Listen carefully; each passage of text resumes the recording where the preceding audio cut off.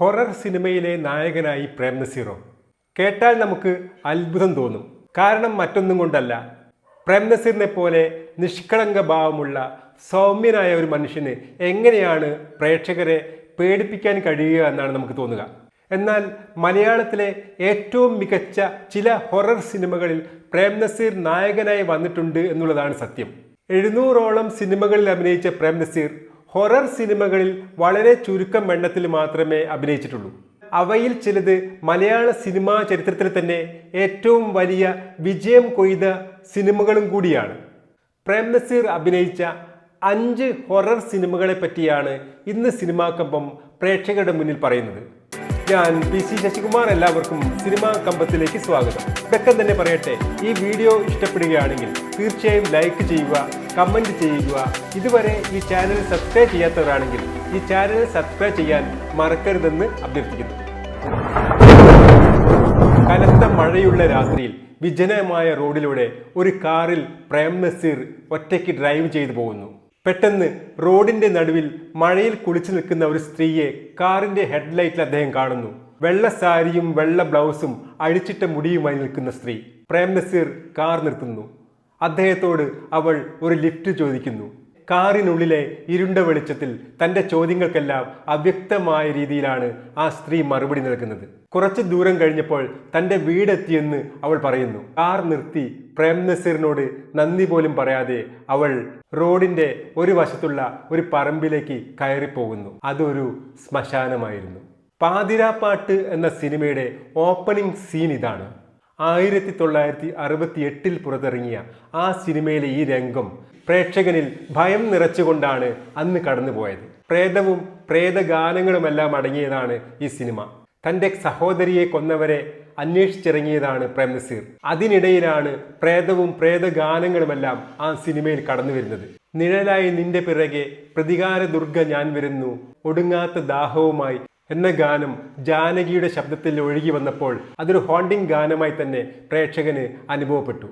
1953 പുറത്തിറങ്ങിയ Hollywood സിനിമയായ house of wax എന്ന സിനിമയുമായി ഇതിന് സാദൃശ്യമുണ്ട്. കൊലയാളി പ്രേം നസീറിന്റെ സഹോദരിയെ കൊന്ന ശേഷം അവളുടെ ശരീരം തിളച്ച മെഴുകിൽ മുക്കി പ്രതിമയുണ്ടാക്കി വെക്കുന്നു. N പ്രകാശാണ് ഈ സിനിമയുടെ സംവിധാനം നിർവഹിച്ചിരിക്കുന്നത്. നമ്മുടെ ജഗതി ശ്രീകുമാറിന്റെ അച്ഛനായ ജഗതി NK ആചാര്യയാണ് ഈ സിനിമയുടെ തിരക്കഥ.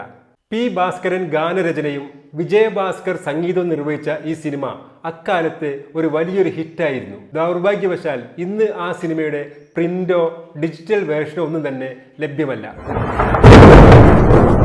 പ്രശസ്ത സംവിധായകനായ ബേബി സംവിധാനം ചെയ്ത സിനിമയാണ് മോർച്ചറി. 1983 പുറത്തിറങ്ങിയ ഈ സിനിമയുടെ രചന നിർവഹിച്ചിരിക്കുന്നത് VK പവിത്രനാണ്. പ്രേം നസീറിനെ കൂടാതെ മധു, ശങ്കർ, രാമു തുടങ്ങിയവരാണ് പ്രധാന അഭിനേതാക്കൾ. ഇത് ഒരു യഥാർത്ഥ കഥയിൽ നിന്നും പ്രചോദനം ഉൾക്കൊണ്ട് നിർമ്മിച്ച സിനിമയാണ്. 1977 കോട്ടയം മെഡിക്കൽ കോളേജിൽ നടന്ന ഒരു സംഭവമാണ് ഈ സിനിമയ്ക്ക് പ്രചോദനമായത്. മെഡിക്കൽ കോളേജിലെ 2 വിദ്യാർത്ഥികൾ തമ്മിൽ ബെറ്റ് വെക്കുന്നു. മോർച്ചറിയിലുള്ള ഒരു ശവത്തിന്റെ വായിൽ വെച്ചിരിക്കുന്ന സിഗരറ്റ് തീകൊളുത്താമോ എന്നതാണ് ബെറ്റ്. അതിന് ഒരു വിദ്യാർത്ഥി തയ്യാറാകുന്നു. അവൻ ഒറ്റയ്ക്ക് അന്ന് രാത്രി മോർച്ചറിക്കുള്ളിൽ ചെന്ന് അവിടെയുള്ള മൃതദേഹത്തിന്റെ ചുണ്ടിലെ സിഗരറ്റ് കൊളുത്തുന്നു.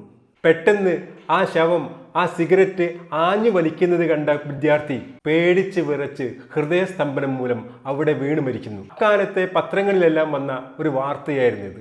ഇതിനെ അടിസ്ഥാനമാക്കി നിർമ്മിച്ച സിനിമയാണ് മോർച്ചറി. മൃതദേഹത്തിന്റെ സ്ഥാനത്ത് ബെറ്റ് വെച്ച കുട്ടി പോയി കിടക്കുകയാണ് ചെയ്തത്. പ്രേം നസീർ ഈ സിനിമയിൽ ഈ മരണത്തിന്റെ കാരണം അന്വേഷിക്കുന്ന പോലീസ് ഓഫീസറായാണ് അഭിനയിക്കുന്നത്. പ്രേക്ഷകന് ഒരു ഉൾക്കിടലം ഉണ്ടാക്കുന്ന രീതിയിലാണ് ആ മോർച്ചറി സീനെല്ലാം ഈ സിനിമയിൽ ചിത്രീകരിച്ചത്. NP സുരേഷ് സംവിധാനം ചെയ്ത സിനിമയാണ് കടമറ്റത്തച്ഛൻ. 1984 ഈ സിനിമ പുറത്തിറങ്ങിയത്. 9ാം നൂറ്റാണ്ടിൽ ജീവിച്ചിരുന്നെന്ന് വിശ്വസിക്കുന്ന കടമറ്റത്ത് കത്തനാർ എന്ന മന്ത്രവാദിയായ ബ്ലാക്ക് മാജിക് എല്ലാം പഠിച്ചിട്ടുള്ള പുരോഹിതന്റെ ജീവിതകഥയെ ആസ്പദമാക്കി നിർമ്മിച്ച സിനിമയാണ് ഇത്.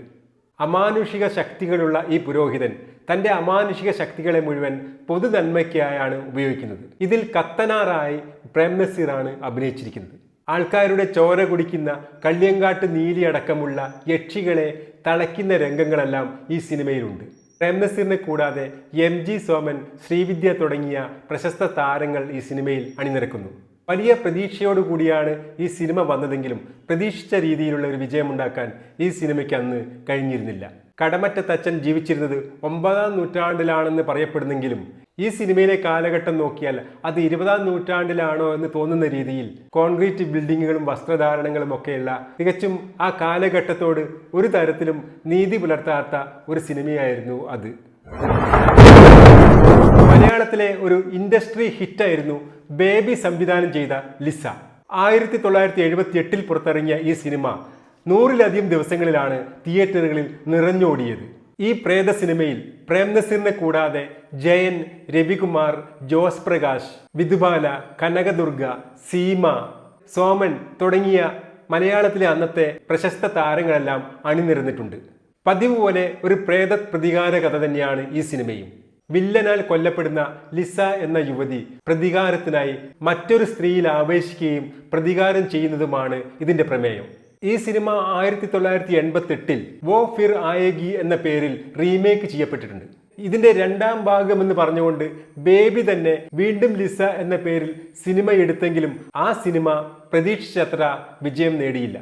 ജയനെ പറ്റി പറയുമ്പോൾ ട്രോളന്മാരെല്ലാം ട്രോളുന്ന നീയാണീ അലവലാതി ഷാജി അല്ലേ എന്ന ആ ഡയലോഗ് ഈ സിനിമയിലുള്ളതാണ്. മലയാളത്തിലെ ആദ്യത്തെ ഹൊറർ സിനിമയാണ് ഭാർഗവി നിലയം.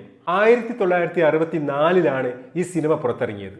പ്രശസ്ത സാഹിത്യകാരനായ വൈക്കം മുഹമ്മദ് ബഷീറിന്റെ നീല വെളിച്ചം എന്ന കഥയെ അടിസ്ഥാനമാക്കി അദ്ദേഹം തന്നെ തിരക്കഥ എഴുതിയ സിനിമയാണ് ഭാർഗവി നിലയം.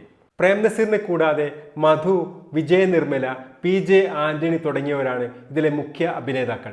ഒരു പ്രേത ഭവനത്തിലേക്ക് എഴുത്തുകാരനായ മധു ഒരു പുസ്തകം എഴുതാൻ വേണ്ടി വരുന്നതും അവിടെ വെച്ച് കൊല്ലപ്പെട്ട യുവതിയുടെ പ്രേതവുമായി അയാൾ ആത്മബന്ധം സ്ഥാപിക്കുന്നതും ആ യുവതിയുടെ ഹൃദയഭേദകമായ പ്രണയകഥയുമെല്ലാമാണ് ആ സിനിമയുടെ പ്രമേയം.